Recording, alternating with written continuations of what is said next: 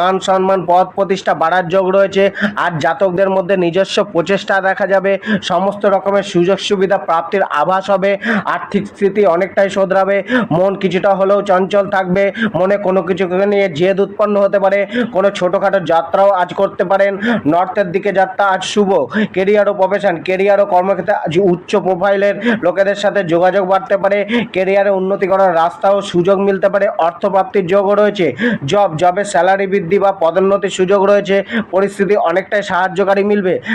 ব্যবসার উন্নতি ও লাভের যোগ তৈরি হতে পারে।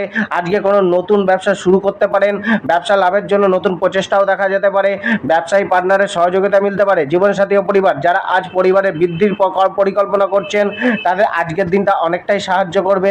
সন্তানের থেকে আনন্দ মিললেও সন্তানের স্বাস্থ্যের ওপর বিশেষ খেয়াল রাখুন। প্রেমে মন অনেকটাই ভাবান। কর্কট রাশি, আজকের দিন একটু সামলে চলা উচিত আপনার।